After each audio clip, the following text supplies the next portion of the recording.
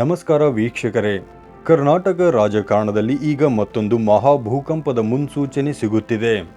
ದೆಹಲಿಯಿಂದ ಬೆಂಗಳೂರಿನವರೆಗೆ ಬಿಜೆಪಿಯ ಒಳಗಡೆ ಈಗ ಒಳಗೊಳಗೆ ದೊಡ್ಡದೊಂದು ಬಿರುಗಾಳಿ ಎದ್ದಿದೆ. ಮೊನ್ನೆ ನಡೆದ ವಿಧಾನ ಪರಿಷತ್ ಚುನಾವಣೆಯಲ್ಲಿ ಬಿಜೆಪಿಗೆ ಆಘಾತ ನೀಡಿದ್ದು ಯಾರು? ಸ್ವಪಕ್ಷದ 7 ಮಂದಿ ಶಾಸಕರೇ ಕಾಂಗ್ರೆಸ್ಗೆ ಅಡ್ಡ ಮತದಾನ ಮಾಡಿದ್ದಾರಾ? ಈ ಒಂದು ಬೆಳವಣಿಗೆ ಈಗ BY ವಿಜಯೇಂದ್ರ ಮತ್ತು R ಅಶೋಕ್ ಅವರ ಕುರ್ಚಿಯನ್ನೇ ಅಲುಗಾಡಿಸುತ್ತಿದೆ. ರಾಜ್ಯ ಬಿಜೆಪಿಯ ಉಸ್ತುವಾರಿ ರಾಧಾ ಮೋಹನ್ ದಾಸ್ ಅವರು ಅಮಿತ್ ಶಾ ಅವರಿಗೆ ಸಲ್ಲಿಸಿದ ಆ ಸ್ಫೋಟಕ ವರದಿಯಲ್ಲಿ ಏನಿದೆ? ವಿಜಯೇಂದ್ರ ಅವರಿಗೆ ಗೇಟ್ ಪಾಸ್ ನೀಡಿ ಹೊಸಬರಿಗೆ ಪಟ್ಟ ಕಟ್ಟಲು ಹೈಕಮಾಂಡ್ ಮುಹೂರ್ತ ಫಿಕ್ಸ್ ಮಾಡಿದೆಯಾ? ಅಷ್ಟಕ್ಕೂ ಬಿಜೆಪಿಗೆ ಈಗ ಹಿಂದೂ ಹುಲಿ ಯತ್ನಾಳ್ ಅವರ ಅವಶ್ಯಕತೆ ಇದೆಯಾ? ಈ ಎಲ್ಲ ಪ್ರಶ್ನೆಗಳಿಗೆ ಇಂದಿನ ಈ ವಿಶೇಷ ಪ್ಯಾಕೇಜ್ನಲ್ಲಿ ನಾವು ಉತ್ತರ ಕೊಡಲಿದ್ದೇವೆ. ವಿಡಿಯೋವನ್ನು ಸ್ಕಿಪ್ ಮಾಡದೆ ಕೊನೆಯವರೆಗೂ ನೋಡಿ, ಏಕೆಂದರೆ ಕರ್ನಾಟಕ ಬಿಜೆಪಿಯ ಅಸಲಿ ಆಟ ಈಗ ಶುರುವಾಗಿದೆ. ಅಡ್ಡ ಮತದಾನ ಮತ್ತು ಹೈಕಮಾಂಡ್ ಆಕ್ರೋಶ. ವೀಕ್ಷಕರೇ, ವಿಧಾನ ಪರಿಷತ್ ಚುನಾವಣೆಯಲ್ಲಿ ಬಿಜೆಪಿ 2 ಸ್ಥಾನ ಗೆದ್ದಿರುವುದು ದೊಡ್ಡ ವಿಷಯವಲ್ಲ. ಆದರೆ ಬಿಜೆಪಿಯ 7 ಮಂದಿ ಶಾಸಕರು ಅಡ್ಡ ಮತದಾನ ಮಾಡಿದ್ದಾರೆ ಎಂಬ ಸುದ್ದಿ ಈಗ ಹೈಕಮಾಂಡ್ ನಿದ್ದೆಗೆಡಿಸಿದೆ. ಶಾಸಕಾಂಗ ಪಕ್ಷದ ನಾಯಕರಾಗಿರುವ R ಅಶೋಕ್ ಅವರು ತಮ್ಮ ಶಾಸಕರನ್ನೇ ನಿಯಂತ್ರಣದಲ್ಲಿ ಇಟ್ಟುಕೊಳ್ಳಲು ವಿಫಲರಾಗಿದ್ದಾರೆ ಎಂಬ ಆರೋಪ ಕೇಳಿ ಬರುತ್ತಿದೆ. ಇದೇ ಕಾರಣಕ್ಕೆ ಅಮಿತ್ ಶಾ ಮತ್ತು ಮೋದಿ ಅವರು ಈಗ ಕರ್ನಾಟಕದ ನಾಯಕತ್ವದ ಬಗ್ಗೆ ಗಂಭೀರವಾಗಿ ಯೋಚನೆ ಮಾಡುತ್ತಿದ್ದಾರೆ. ಉಸ್ತುವಾರಿ ರಾಧಾ ಮೋಹನ್ ದಾಸ್ ಅವರು ಈಗಾಗಲೇ ಬಿಜೆಪಿಯ ಸ್ಥಿತಿಗತಿಯ ಬಗ್ಗೆ ವರದಿಯನ್ನು ಹೈಕಮಾಂಡ್ಗೆ ತಲುಪಿಸಿದ್ದಾರೆ. ಈ ವರದಿಯ ಆಧಾರದ ಮೇಲೆ ರಾಜ್ಯ ಬಿಜೆಪಿಯಲ್ಲಿ ಕ್ಷಣಗಣನೆ ಆರಂಭವಾಗಿದೆ.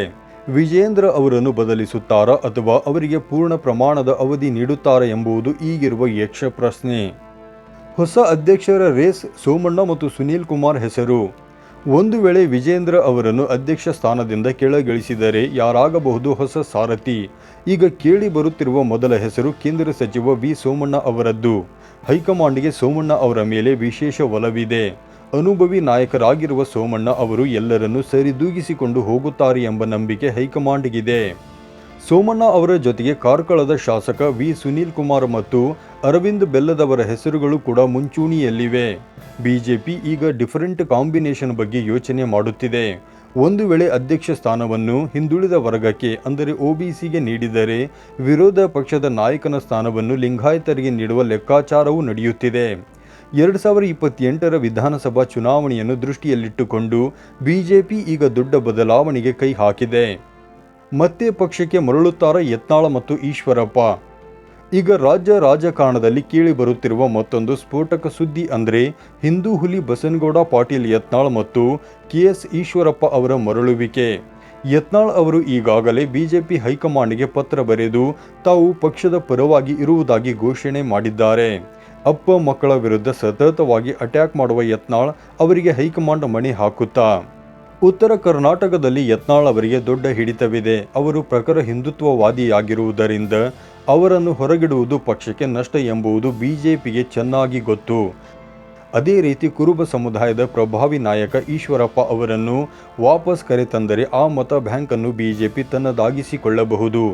ವಿಜಯೇಂದ್ರ ಅವರ ಅಧ್ಯಕ್ಷ ಅವಧಿ ಅಕ್ಟೋಬರ್ಗೆ ಮುಗಿಯಲಿದ್ದು ಆ ನಂತರ ಇವರಿಬ್ಬರ ರಾಜಕೀಯ ಭವಿಷ್ಯ ಬದಲಾಗಬಹುದು.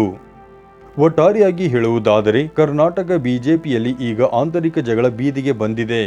ಒಂದು ಕಡೆ ವಿಜಯೇಂದ್ರ ಅಶೋಕ್ ಬಣವಾದರೆ ಇನ್ನೊಂದು ಕಡೆ ಯತ್ನಾಳ್ ಸೋಮಣ್ಣ ಬಣದ ನಡುವೆ ಶೀತಲ ಸಮರ ನಡೆಯುತ್ತಿದೆ. ಮುಂದಿನ 4-5 ದಿನಗಳಲ್ಲಿ ಬಿಜೆಪಿ ಹೈಕಮಾಂಡ್ ಅಧಿಕೃತವಾಗಿ ಹೊಸ ನಾಯಕತ್ವದ ಬಗ್ಗೆ ಘೋಷಣೆ ಮಾಡುವ ಸಾಧ್ಯತೆ ಇದೆ ಎಂದು ಹೇಳಲಾಗುತ್ತಿದೆ. ಲಿಂಗಾಯತ ಮತ ಬ್ಯಾಂಕ್ ಉಳಿಸಿಕೊಳ್ಳುವುದು ಮತ್ತು ಹಿಂದುಳಿದ ವರ್ಗಗಳನ್ನು ಪಕ್ಷದತ್ತ ಸೆಳೆಯುವುದು ಬಿಜೆಪಿಯ ಮುಂದಿರುವ ಸವಾಲು. ಈ ಆಟದಲ್ಲಿ ಯಡಿಯೂರಪ್ಪ ಅವರ ಪ್ರಭಾವ ಕುಗ್ಗುತ್ತಾ? ಹೊಸ ಮುಖಗಳಿಗೆ ಆದ್ಯತೆ ಸಿಗುತ್ತಾ? ಕಾದು ನೋಡಬೇಕು. ನಿಮ್ಮ ಪ್ರಕಾರ ಕರ್ನಾಟಕ ಬಿಜೆಪಿ ಅಧ್ಯಕ್ಷರಾಗಿ ಯಾರು ಬಂದರೆ ಪಕ್ಷಕ್ಕೆ ಒಳ್ಳೆಯದು? ಕಮೆಂಟ್ ಮಾಡಿ ತಿಳಿಸಿ. ಇಂತಹ ಕಂಪ್ಲೀಟ್ ರಾಜಕೀಯ ಸುದ್ದಿಗಳಿಗಾಗಿ ನಮ್ಮ ಚಾನಲನ್ನು ತಪ್ಪದೆ ಸಬ್ಸ್ಕ್ರೈಬ್ ಮಾಡಿ. ಧನ್ಯವಾದಗಳು.